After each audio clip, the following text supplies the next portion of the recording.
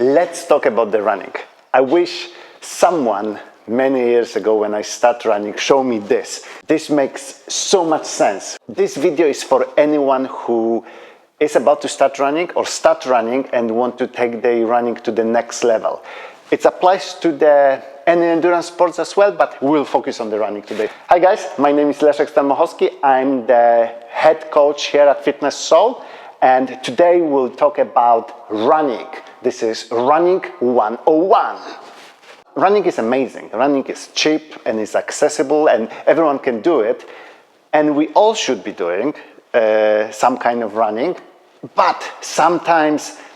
So as a coach, I hear a lot of times that someone's saying to me, I hate running, or it's too hard. And I was there as well until I found this. And I spent a lot of time to digest the running, to see how to make a running easy and accessible, and how to make a good progress in running.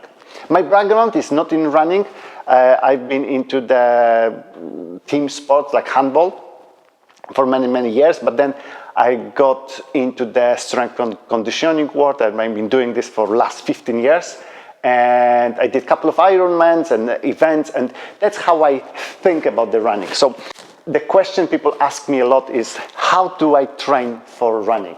There are plenty of different ways of doing this. So today we'll focus on the easiest way of training, and this form of training is used by many professionals, and I've been using this form with my athletes, and they always getting a good positive result. So it's called 80-20 rule, 80-20 running or polarized training. What does it mean is that you want to spend 80% of your running in the very low zones, in zone 1 or 2. So when you think about zones, you've got zone 1 and 2, where it's the cardio zones, and zone 4 and 5, and those zones are anaerobic zones, and we cannot spend too much time in them. So the idea is that in 80-20 running, that we spend 80% in zone 1 and 2. And one of the best way of establishing those zones is simple thing. Go out and run, but only breathe through your nose. And if you do this, you will be able to spend time in zone 1 or 2, the cardio zone. That's where you want to be. You can obviously use the heart rate monitor and you can check the zones, but this is more complicated. Stick to this, stick to breathing through the nose for 80%. The other 20% should be used for zone 3, 4 and 5. So those are the places where you push yourself and where you get tired. So zone 5 is a sprinting which can last 15 seconds. Zone 4, it's something up to 10 minutes. Zone 3, it's your tempo running. What people do, and I see them all the time, they going for a run and they always spending time in zone 3, which is too fast for being a good for zone cardio zone, aerobic zone, and too slow for sprint. So basically they're spending the time in the gray zones, which they're not developing anything. So for the beginners, I would suggest spend a lot of time in zone 1 and 2, breathe through your nose. It might be very hard to start with, and everyone is like, when I started it, I couldn't even jog breathing through my nose. But over the time, your body will get used to, you will get better in breathing through your nose, and your body will be able to get more oxygen from the blood. And every so often, do a sprint. So I like a Farfetch training style, so when I go, I run nice and easy, and then every so often I pick up the target somewhere and I just sprint as fast as I can to this place. It's not very structured, but it's nice and easy for the brain. The other way is intervals, but that's something you don't need to think about this now. When we talk about 80-20 zone, 80-20 rule, there is a BOLT test, which is always there. The BOLT test is, you can look at the Patrick McKeown book. It's called Oxygen Advantage, which explains the BOLT test. But the idea is to see how well your body deals with the oxygen and how well your body can use the oxygen. So to do this, you breathe out through the nose, you pinch your nose, and you hold until you feel first urge of air. If you have never done this before, it might be 10 seconds, and it's considered to be very bad.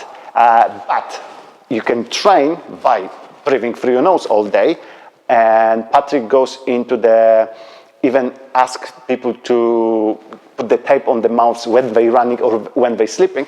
When you practice this, the ball test will go up, and you will get much more efficient as a runner. So that's one thing, 80-20 rule. That's how you should train. Now, the technique. A lot of people ask me, what is the good technique? And, well, there is a technique to running, because we think that, we are born, there's this book, Born to Run. Well, it was true, but not now. 100 years ago, 200 years ago, where we've been on our feet all day, when we're walking up and down and doing things, and we've been mobile and strong, yes, everyone could run really well. It's not so much now, unfortunately, because our jobs force us to sit for the long periods of time, and sitting creates a lot of problems like shortened hip flexors, not activated glutes, very stiff ankles, shoulder moved forward like this, and a lot of people do this. They sit for 8 hours and they just stand up and they try to run, and obviously the technique won't be good, and it's not very good to try to run this way. You need to learn how to run properly. And how to run properly, there's a couple of things. First of all, you need to stay nice and tall all the time when you run.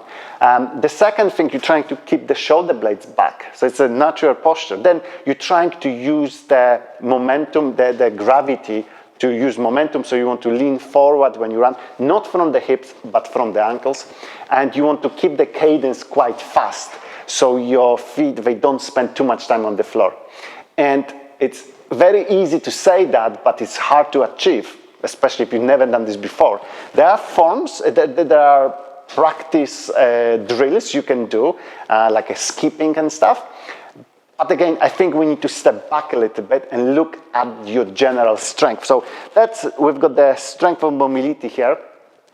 You need to, before you start running or before you do any activity, you need to be strong enough to be able to hold your posture. Because if you cannot, for example, stand nice and straight, and you cannot walk nice and straight, you shouldn't be running, because you're putting yourself into the risk. And talking about the risk of running, injury, that's the huge around the runners. There is a study saying that 9 of 10 runners will get injured within next year. 9 of 10, that's super crazy. It shouldn't happen, but this is because our technique is not good, and our technique is not good because the strength, and we're lacking strength of mobility.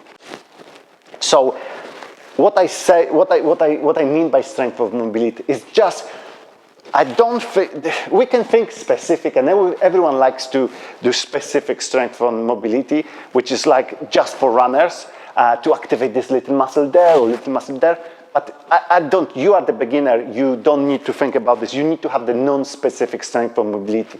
So you need to be able to do human things like sit down on the chair and pick up something from the floor, maintaining the posture, do a couple of push-ups, be able to stand on one leg. And this kind of things you can, with my runners, with people I train, that's what we spend 90% of time with them on non-specific strength. Sometimes we're going into the specific, but I'm not teaching many pros here, and honestly, I see that people lacking with the basic strength. Mobility comes next to the strength. So first of all, you need to be strong to hold the position, and then you need to have the mobility in your joints and in your body to be allowed to get into this position. Then once you've got this, then the technique is much easier to obtain, and if your technique is good, then your injury risk will be very low, and you're gonna run and you're gonna enjoy your running.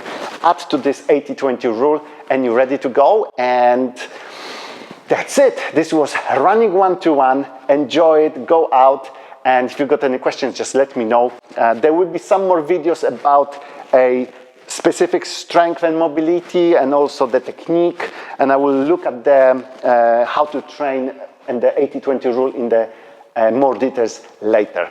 For now on, enjoy your running.